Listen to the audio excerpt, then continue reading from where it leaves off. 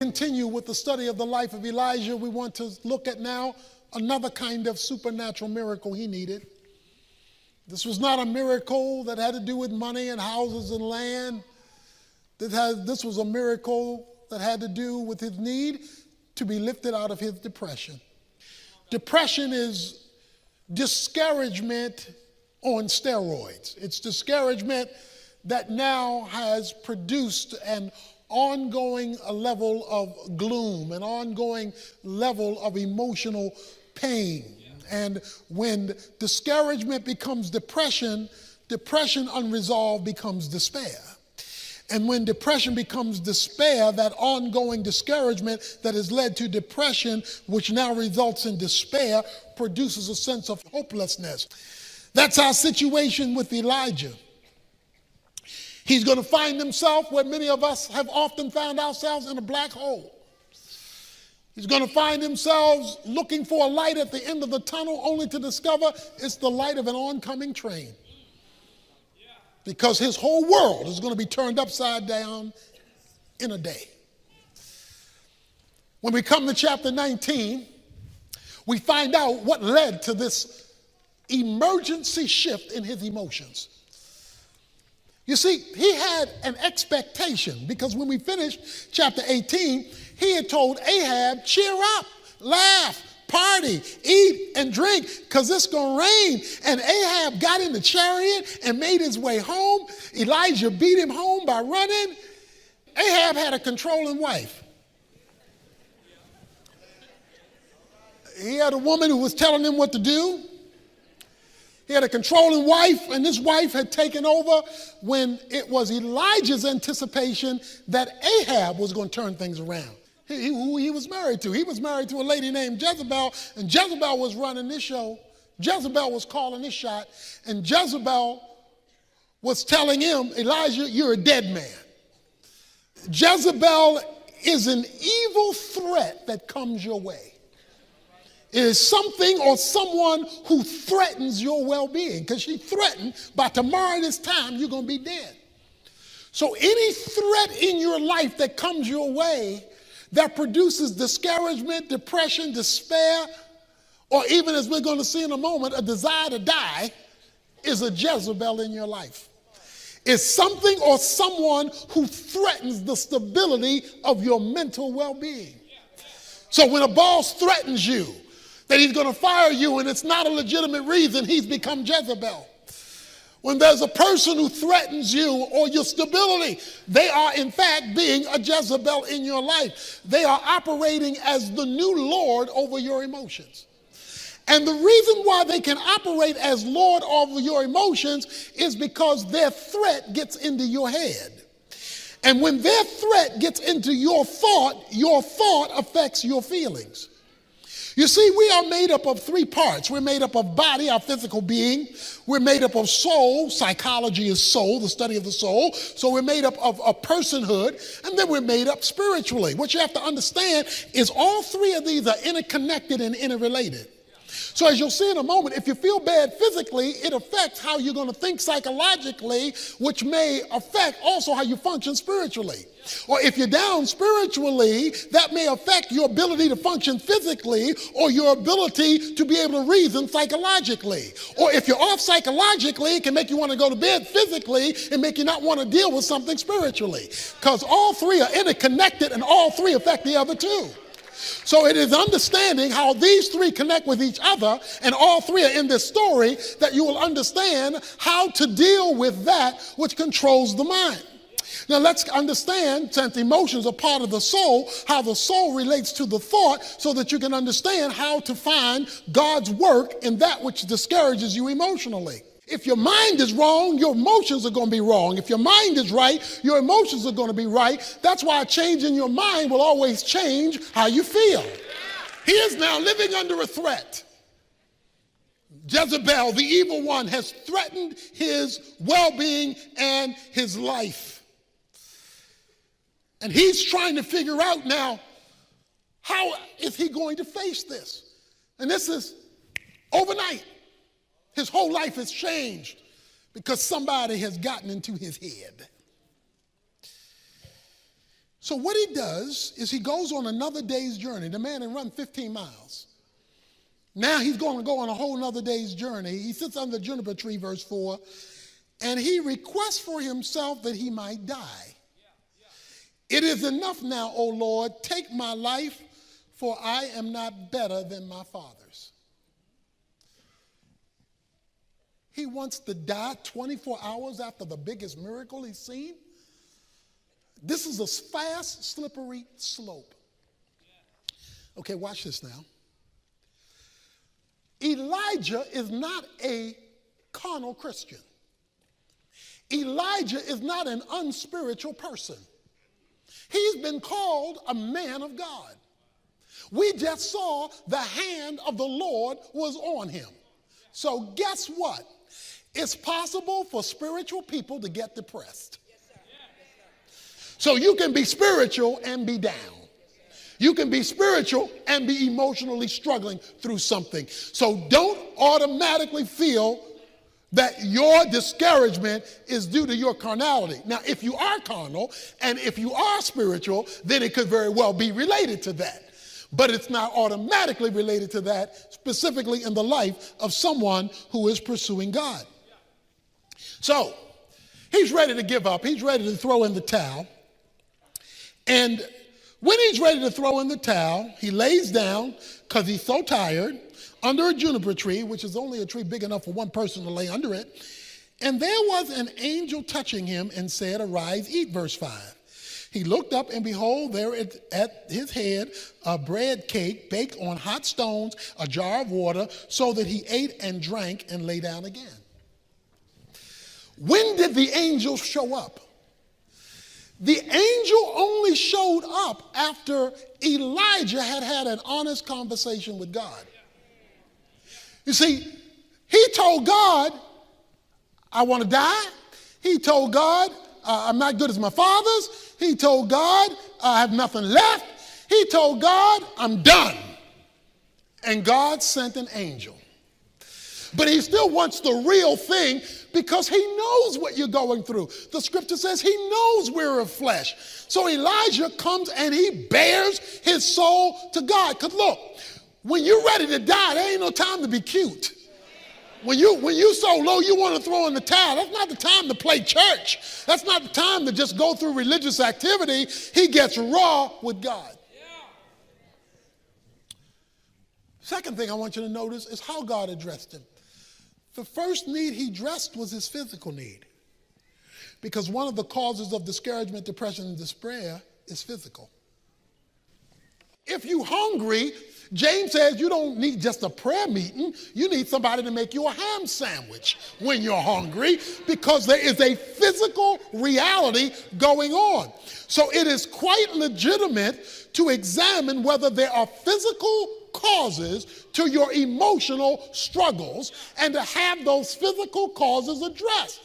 Now, God addressed it supernaturally because he sent an angel. But let me tell you about angels. Hebrews chapter 1, verse 14 says that every believer has been assigned an angel. Every Christian has an angel. So God has an angel and he knows your name. Now, the problem with angels is they're invisible because they're spirit beings, and they're supernatural in nature because they're heavenly beings. And so the job of an angel is your personal post office carrier whose job it is to deliver whatever God wants delivered to you. That's what your angel's job is, and every believer has one. But notice the angel doesn't come until the communication takes place between Elijah and his God. So God needs honest communication because he says Elijah is of like nature. So he deals with the reality of exhaustion physically, emotionally, spiritually. And so does everybody else. But that's also the opportunity that the devil looks for to take advantage of. Even in the case of Jesus, and Jesus didn't have a spiritual problem. But after he had fasted 40 days and 40 nights in the wilderness, it says the devil came to tempt him. Why? He was tired and he was hungry and he was weak. So being tired, hungry, and weak gave the devil the opportunity he had to try to get to the most spiritual person who's ever lived. So you know, if the devil is going to attack Jesus, who couldn't sin and didn't sin, and he already knows our propensity to sin, that you are perfect bait for him to enter your thought in order to get to the caboose of your emotions in order to send you a downer in your life. But you got an angel with your name on it, whose job it is to deliver the supernatural to you. So, the angel of the Lord comes in verse 7 a second time. He's touched with by an angel.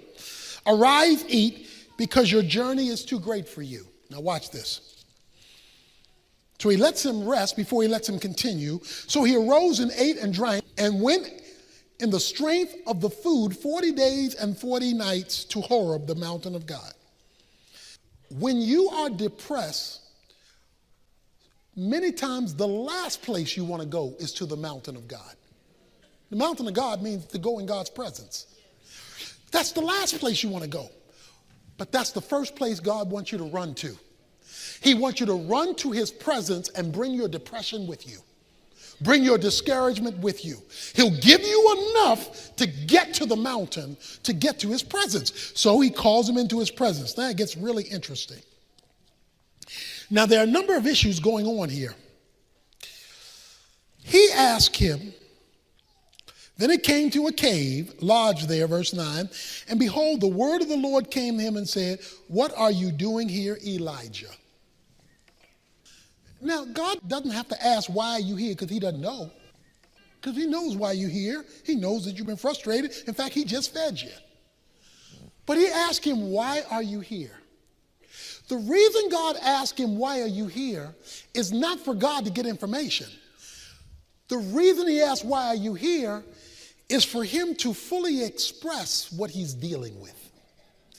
So what are you dealing with, Elijah? And here's what Elijah says. Elijah says, I have been very zealous for the Lord, for the God of hosts, for the sons of Israel have forsaken your covenant, torn down your altars, killed your prophets with the sword, and I alone am left, and they seek my life to take it away. Okay, so let's discuss why he's here. Why are you in this situation? Why are you so depressed? Okay, you asked me, God, I'm going to tell you. I committed myself to you. I dedicated myself to you. All them other people are unspiritual. They didn't keep your covenants. They were worshiping those idols. And I'm all here by myself. He has adopted a victim's mentality. A victim's mentality is a mindset that you adopt because of negative circumstances that says, I'm where I am because everybody else is where they are. I'm here by myself because none of them are agreeing with you, and that's put me out here by myself, and you got me out here by myself. That's a victim's mentality. Now, you can be a victim, but you are to never adopt a victim's mentality where everybody else is responsible for where you are. A victim's mentality is because of them, I'm here. And as long as you have that kind of mentality, you'll always be there. You may be a victim, but you are to never adopt the victim's mentality, because then that allows you to put off being responsible to make the change you should make because they're not making the change they should make. He was just victorious with these people. He was just victorious with them making a renewed commitment. But because he was psychologically damaged, he developed a victim's mentality. Now, please don't misunderstand me. You may be a victim. It may be unfair. It may not be right. It may be evil. So you may be a victim, but that's different than adopting the mindset of a victim. And too many of us socially and economically, and in this case spiritually, have become victims of the devil. If it wasn't for the devil, I wouldn't be here. Well, guess what? He ain't changing. Okay? If it wasn't for them sinners, I wouldn't be stuck here. They not changing. If it wasn't for this situation, I wouldn't be here. Okay, that may be true, but they may never change. So what are you going to do? So come, tell me why you're here, but don't expect me to just pat you on the back and feel sorry for you, because the thing that brought you here may never change. And many of us block the supernatural because we become comfortable as victims. Many of us have gotten stuck in our station in life. This is a racial issue, it's a social issue, it's a class issue, and in this case, most importantly, it's a spiritual issue. Elijah was wrong. He says, I'm a victim and I'm all by myself. Okay? So God says, go forth and stand on the mountain before the Lord. And behold, the Lord passed by, and it was a great wind, rending the mountain and breaking it into pieces, the rocks before the Lord. But the Lord was not in the wind. There was an earthquake, but the Lord was not in the earthquake. Verse 12, he said there was a fire, but the Lord was not in the fire. But after the fire, the sound of a gentle blowing. When Elijah heard it, he wrapped his face in the mantle and went out and stood in the entrance of the cave. And behold, a voice came to him and said, what are you doing here, Elijah?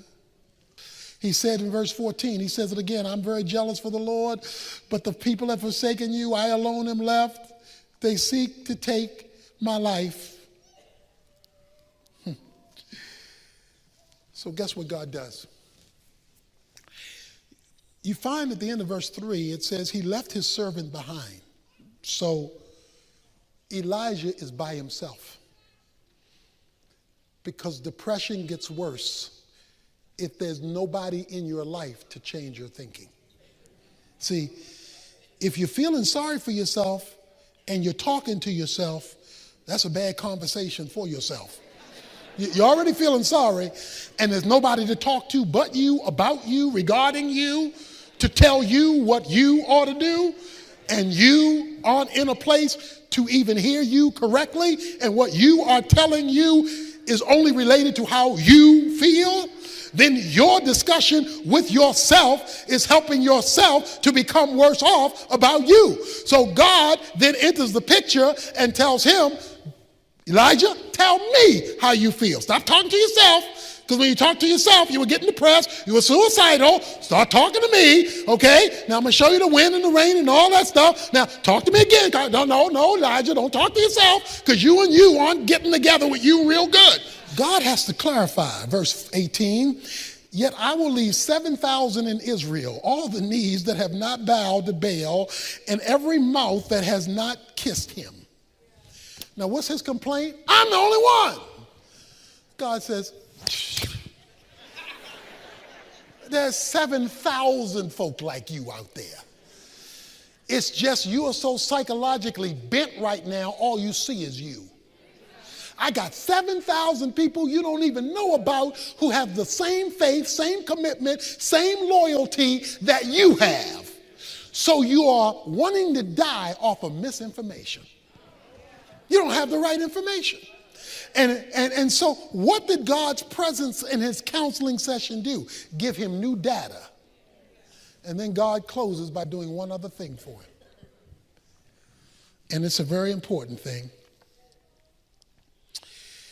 In verses 19 through 21, he runs into a man named Elisha. The end of verse 19 says, and Elisha passed over to him and threw his mantle on him.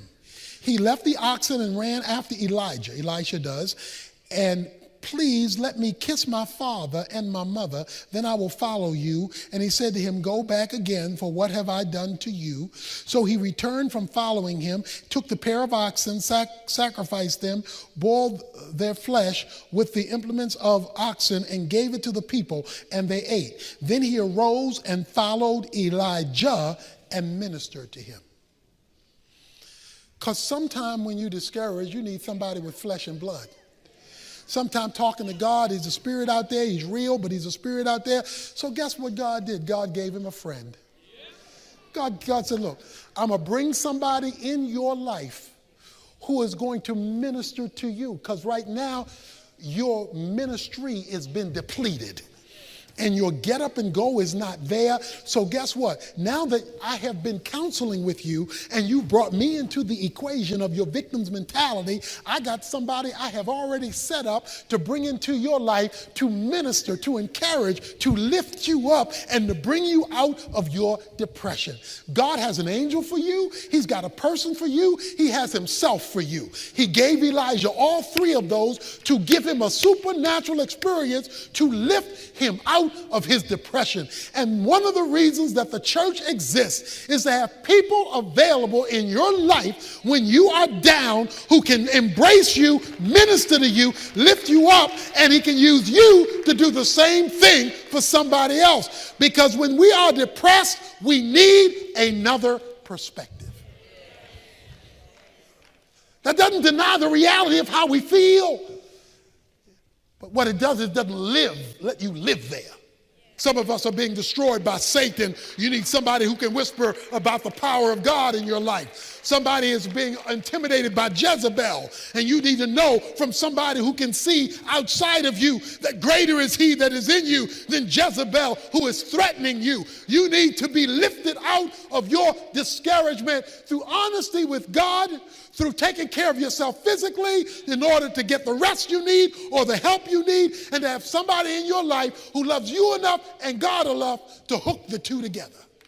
When that takes place, you may still get discouraged, but God will lift you out of it, because even godly people have to struggle with discouragement.